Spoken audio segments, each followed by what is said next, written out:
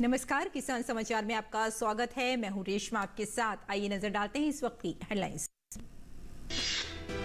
केंद्रीय गृह मंत्री अमित शाह ने रविवार को शिवराज सरकार के गरीब कल्याण को लेकर किए गए काम का रिपोर्ट कार्ड किया पेश।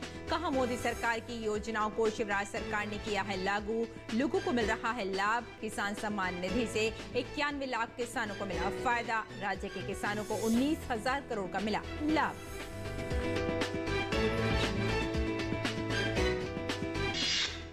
केंद्रीय मंत्री परषोत्तम रुपाला सोमवार से उच्च स्तरीय प्रतिनिधिमंडल के साथ नॉर्वे की 4 दिवसीय यात्रा पर रहेंगे।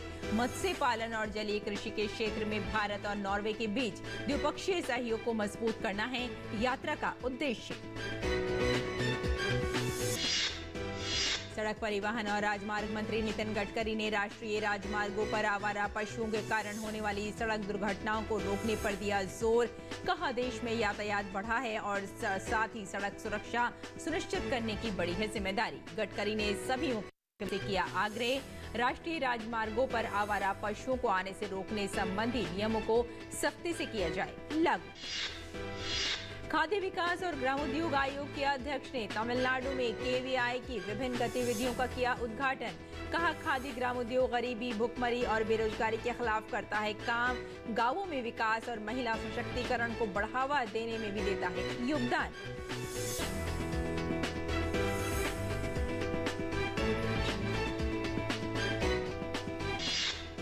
मौसम विभाग ने हिमाचल प्रदेश, उत्तराखंड और उत्तर प्रदेश समेत 7 राज्यों में अगले 4 दिनों तक भारी बारिश का जताया अनुमान।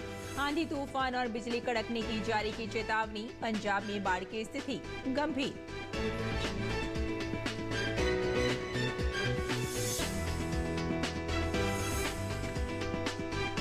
और अब समाचार विस्तार से। केंद्रीय गृह मंत्री अमित शाह ने रविवार को शिवराज सरकार के गरीब को लेकर किए गए काम का रिपोर्ट कार्ड पेश किया। अमित शाह ने कहा कि मोदी सरकार की योजनाओं को शिवराज सरकार ने लागू किया है, इससे लोगों को लाभ मिल रहा है। किसान सम्मान निधि से 91 लाख किसानों को फायदा मिला है और राज्य के किसानों को 19,000 करोड़ का लाभ हुआ है।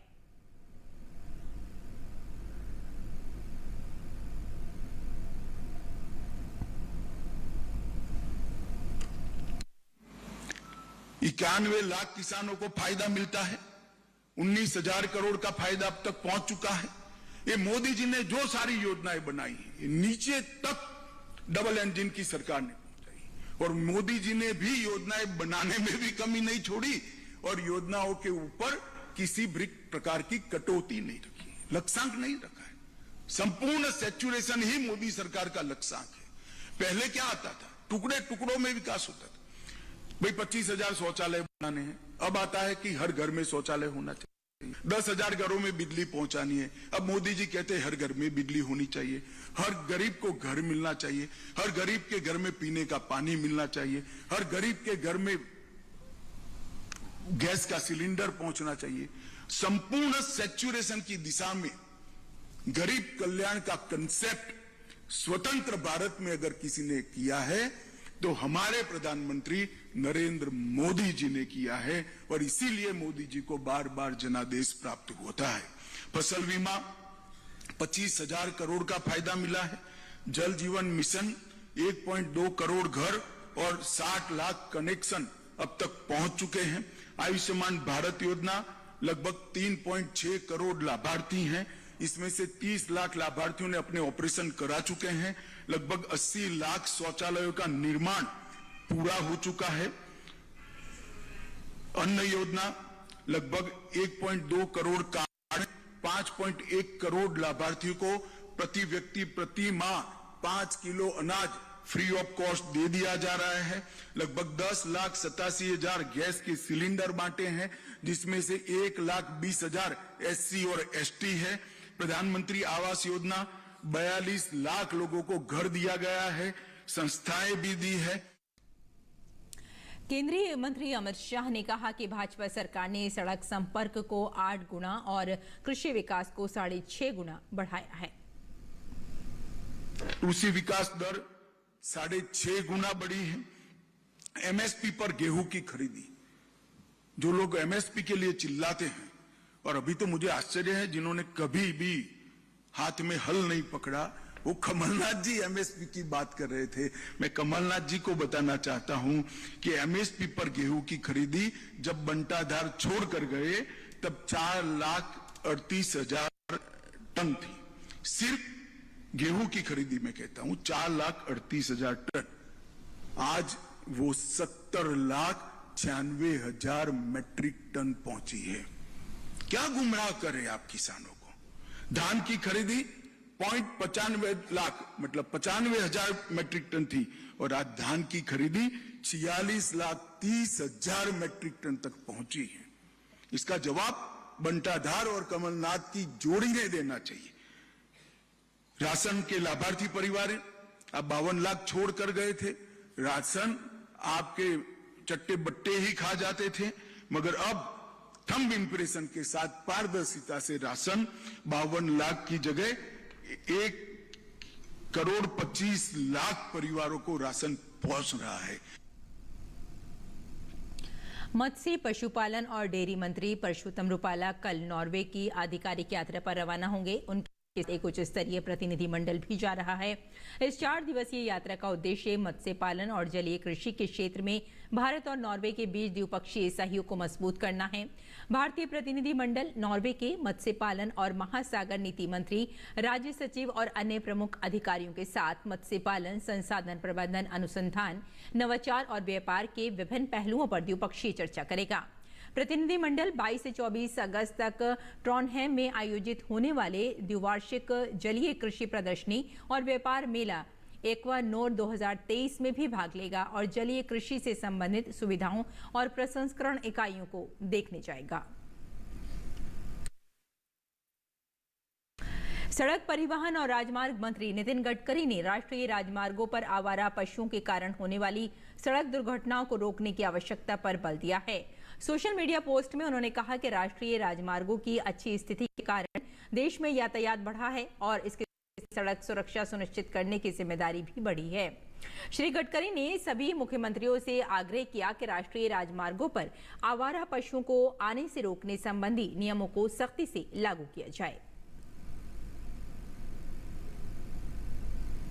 खादी विकास और ग्रामोद्योग आयोग के अध्यक्ष मनोज कुमार ने तमिलनाडु की यात्रा के दौरान विभिन्न केवीआई की विभिन्न गतिविधियों का उद्घाटन किया। उन्होंने जोर देकर कहा कि यह आयोजन न केवल खादी कारीगर सम्मेलन है बल्कि उनके और ग्रामीण कारीगरों के बीच एक हृदयस्पर्शी बातचीत भी है। उन्होंने कहा कि खादी ग्रामोद्योग गरीबी, भुखमरी और बेरोजगारी के खिलाफ एक हथियार के रूप में कार्य करता है, साथ ही गांवों में विकास और महिला सशक्तिकरण को बढ़ावा देने में भी योगदान देता है।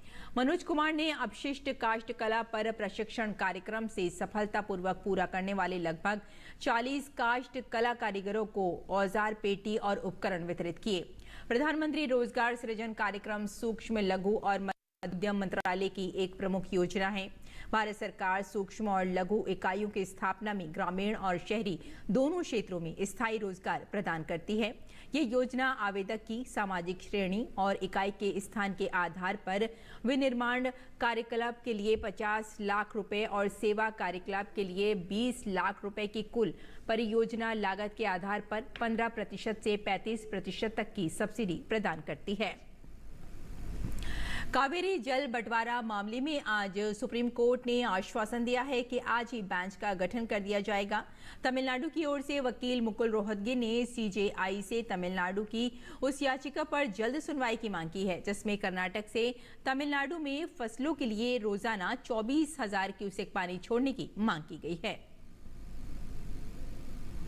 पंजाब में कम से कम 8 जिले पिछले कुछ दिनों से बाढ़ जैसी स्थिति का सामना कर रहे हैं, लेकिन अब राज्य के कपास क्षेत्र गुलाबी कृमि के हमले से जूझ रहे हैं। इस हमले के बाद कपास की पैदावार करने वाले कुछ जिलों में राज्य सरकार ने कृषि विभाग के अधिकारियों की छुट्टियां रद्द कर दी हैं। राज्य सरकार ने खेतों का दौरा करने के बाद प्रतिदिन स्थिति को लेकर मुख्यालयों को रिपोर्ट भेजने का निर्देश दिया है। इस कार्य में किसी प्रकार की लापरवाही पर कड़ी कार्रवाई की जाएगी। ये कपास की फसल को बचाने के लिए किसानों की मदद करने का समय है। मौसम विभाग ने अगले 4 दिनों के दौरान हिमालयवर्ती क्षेत्रों, पश्चिम बंगाल, बिहार और सिक्किम में तेज बारिश का अनुमान व्यक्त किया है। इस महीने की 24 तारीख तक असम, मेघालय, अरुणाचल प्रदेश, नागालैंड, मणिपुर और मिजोरम में तेज से बहुत तेज बारिश होने की संभावना है। विभाग का कहना है कि उत्तराखंड, हिमाचल प्रदेश और उत्तर पश्चिम उत्तर प्रदेश में अगले 2 दिनों तक इसी प्रकार का मौसम रहने की संभावना है। मध्य प्रदेश, ओडिशा और झारखंड में अगले 2 से 3 दिनों तक कुछ स्थानों पर भारी बारिश हो सकती है। इस बीच देश के दक्षिणी प्रायद्वीपीय हिस्सों में अगले 3 से 4 दिनों तक हल्की बारिश होने के आसार हैं।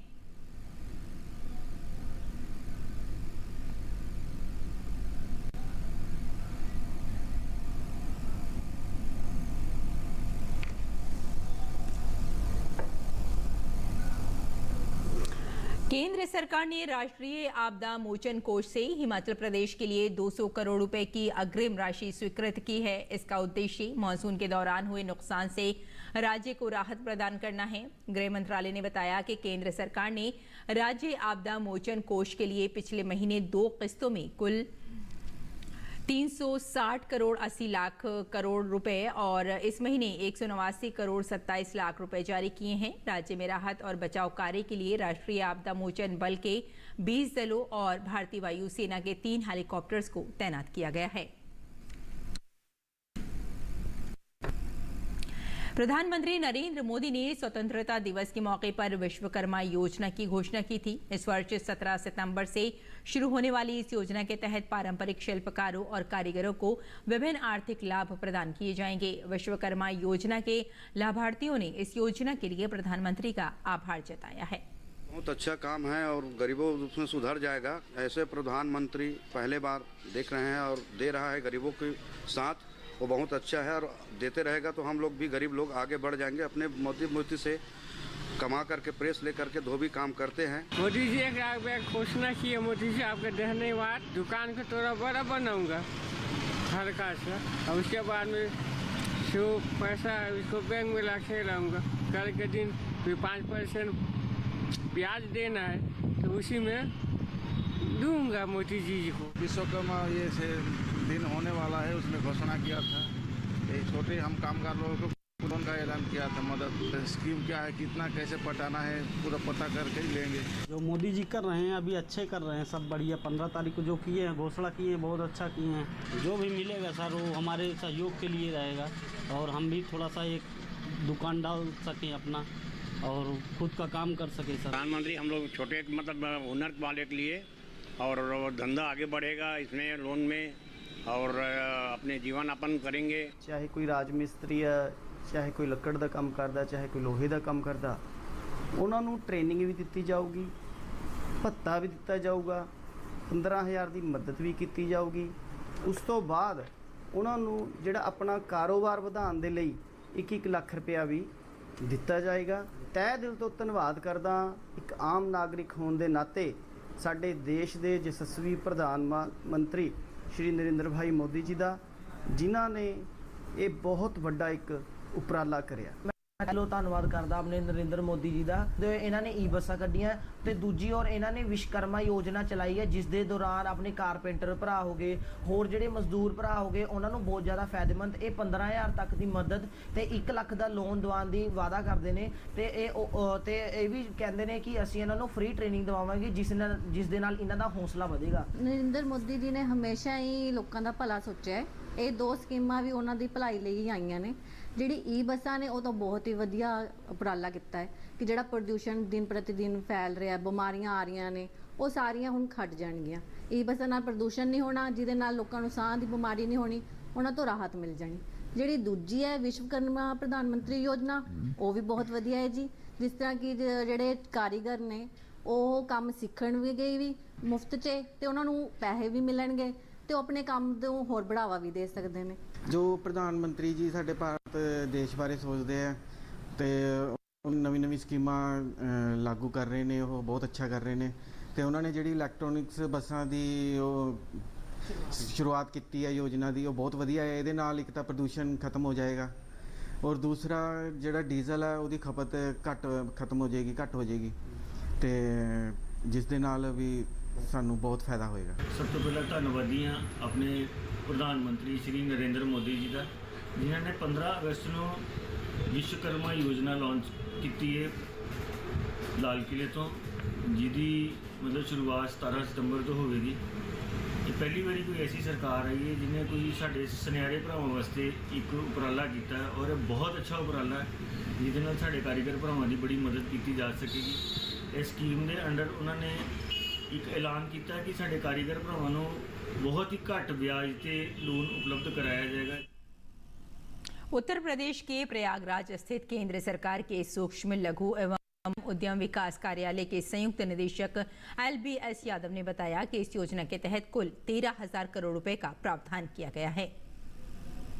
ये स्कीम जो है सेंट्रल सेक्टर की स्कीम है और जिसके अंतर्गत जो विश्वकर्मा समाज है जिसमें 18 जो है ट्रेड्स को लिया गया है, इस स्कीम को प्रमोट करने के लिए जो है 13,000 करोड़ रुपए का प्राविधान किया गया है और जिसमें इनका जो है ट्रेनिंग है और स्किल डेवलपमेंट मिनिस्ट्री के द्वारा और इनको फाइनेंस के लिए है और जो है मार्केटिंग सपोर्ट भी दिया जाएगा। तो इस तरह से इनका सर्वांगीण विकास के लिए ये स्कीम बनाई गई है। और एक अभूतपूर्व कदम उठाते हुए सरकार ने 3 लाख मीट्रिक टन के प्रारंभिक खरीद लक्ष्य को प्राप्त करने के बाद इस वर्ष प्याज बफर की मात्रा को बढ़ाकर 5 लाख मीट्रिक टन है। इस संबंध में उपभोक्ता मामलों के विभाग ने भारतीय राष्ट्रीय उपभोक्ता सहकारी संघ NCCF और भारतीय राष्ट्रीय कृषि सहकारी विपणन संघ NAFED को प्रमुख उपभोग केंद्रों में खरीदे गए स्टॉक के निपटान के साथ साथ अतिरिक्त खरीद लक्ष्य को प्राप्त करने के लिए प्रत्येक को 1 लाख टन की खरीद करने का निर्देश दिया है।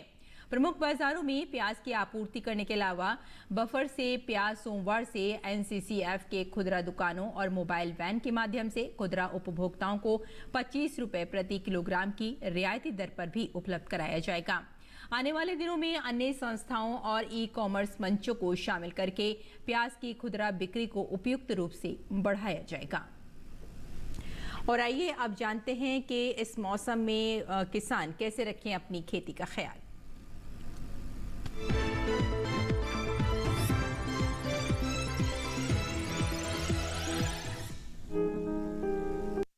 महाराष्ट्र के पुणे और सोलापुर में धान और बाजरे की बुआई जारी रखें। यहाँ साफ मौसम में किसान सोयाबीन, मूंग, उड़द और मक्का के खेतों में सस्य क्रियाएं कर ले। पुणे के किसान अड़सली गन्ने की खेती जारी रखें। महाराष्ट्र में टमाटर और भिंडी में फल छेदक कीट के नियंत्रण के लिए उचित दवाओं का छिड़काव करें। महाराष्ट्र के अहमदनगर और धुले जिले में किसान अड़सली गन्ने की बुआई जारी रखें। यहाँ कपास में रस चूसक कीट को नियंत्रित करने के लिए 5% नीम के अर्क का छिड़काव करें। महाराष्ट्र के कोल्हापुर और सतारा में खड़ी फसलों, सब्जियों और बगीचों से पानी निकालने की व्यवस्था कर लें। यहाँ के किसान मक्का, मूंगफली, ज्वार, सूरजमुखी और सोयाबीन जैसी फसलों में साफ मौसम के दौरान निराई गुड़ाई का काम कर लें। नासिक में धान के खेतों में जल स्तर 1 से 2 सेंटीमीटर बनाए रखें। नासिक में ही 30 दिन पहले बोई रामतिल की फसल में नाइट्रोजन की दूसरी खुराक 20 किलो प्रति हेक्टेयर की दर से डालें। औरंगाबाद और लातूर के किसान गन्ने में तना छेदक कीट को नियंत्रित करने के लिए जरूरी दवाओं का छिड़काव करें। महाराष्ट्र के ही नागपुर में सोयाबीन की फसल में तना मक्खी के नियंत्रण के लिए 5% निम्बोली के अर्क का स्प्रे करें। मध्य प्रदेश में बैंगन और मिर्च के खेतों से जल निकासी की उचित व्यवस्था कर ले, साथ ही इनके खेतों से खरपतवार भी हटा दे। मध्य प्रदेश में किसान धान की निराई गुड़ाई के बाद उर्वरक डाल ले। मध्य प्रदेश में ही जामुन, अमरूद और आम जैसे फलों के पेड़ों में छटाई का काम कर ले। मध्य प्रदेश में इस समय अरबी और अदरक की फसल प्रकंद सड़न रोग से प्रभावित हो सकती है। ऐसे में किसान इसके बचाव के उपाय कर ले। मध्य प्रदेश में गन्ने में सफेद मक्खी से बचाव के लिए विशेषज्ञ की सलाह से जरूरी दवा का छिड़काव करें।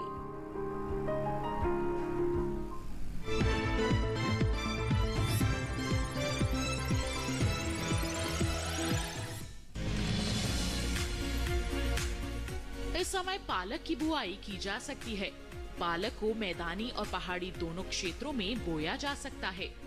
मैदानी इलाकों में सर्दी के मौसम में ये ज्यादा बोई जाती है। वैसे तो इसे किसी भी प्रकार की मिट्टी में बोया जा सकता है, फिर भी दोमट मिट्टी इसके लिए सर्वोत्तम मानी जाती है। अलग अलग राज्यों के लिए अलग अलग किस्में हैं। किसान वैज्ञानिकों से सलाह लेकर बीज का चुनाव कर सकते हैं। अच्छी नमी से बुआई करने पर तुरंत सिंचाई की जरूरत नहीं पड़ती। फिर भी बुआई के 8 से 10 दिन बाद सिंचाई करना आवश्यक है। इसके बाद 10 से 15 दिन के अंतराल पर सिंचाई करते रहें। पत्तियों की हर कटाई के बाद सिंचाई करना ना भूलें। खरपतवार नियंत्रण के लिए बोने के 15 से 20 दिन बाद पहली निराई गुड़ाई कर दें। पालक के लिए 2 से 3 बार निराई गुड़ाई करनी चाहिए। पत्तेदार सब्जियों में आमतौर पर बीमारी नहीं लगती, फिर भी अगर बीमारी लग जाए तो कटाई के बाद दवा छिड़कें ताकि पत्तियों पर दवाई का असर ना हो। वैसे पालक में सर्कोस्पोरा लीफ स्पॉट और डंपिंग जैसी बीमारियों की आशंका रहती है। लीफ माइनर, चैंपा, माहू और इल्ली जैसे कीट पालक की पत्तियों को नुकसान पहुंचा सकते हैं। बचाव के लिए विशेषज्ञों की सलाह पर उचित दवाएं छिड़कें। ध्यान रखें कि फसल में किसी भी प्रकार की दवा का छिड़काव करने से पहले कृषि विशेषज्ञों से सलाह जरूर लें। पालक की 1 हेक्टेयर में 80 से 100 क्विंटल तक पैदावार होती है। इसे कई बार काटा जा सकता है।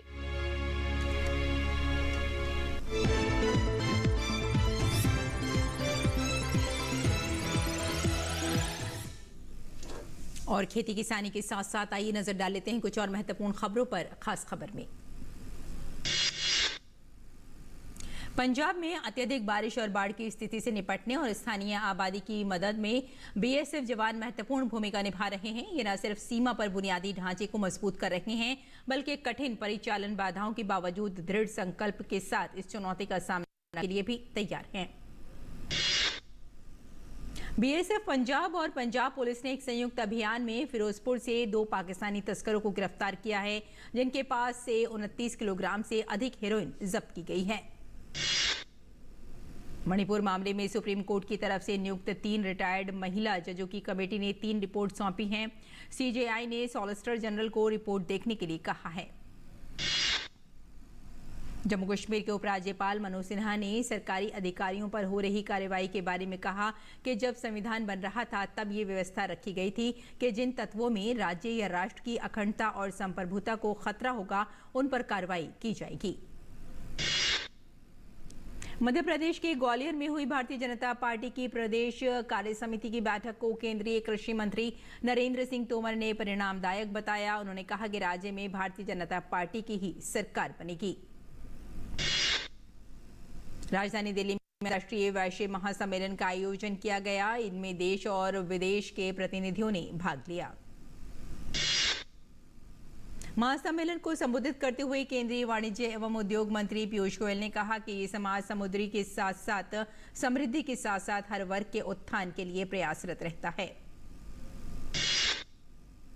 केंद्रीय मंत्री धर्मेंद्र प्रधान ने कोलकाता में कहा कि जादवपुर यूनिवर्सिटी देश का प्रतिष्ठित संस्थान रहा है, लेकिन जो घटना सामने आई है वे चिंताजनक और दुर्भाग्यपूर्ण है। इससे पहले कोलकाता में ही केंद्रीय मंत्री धर्मेंद्र प्रधान ने न्यू मार्केट कोलकाता में सार्वजनिक दुर्गा पूजा से पहली खूंटी पूजा की। तो किसान समाचार में फिलहाल इतना ही। अनुमति दें। नमस्कार।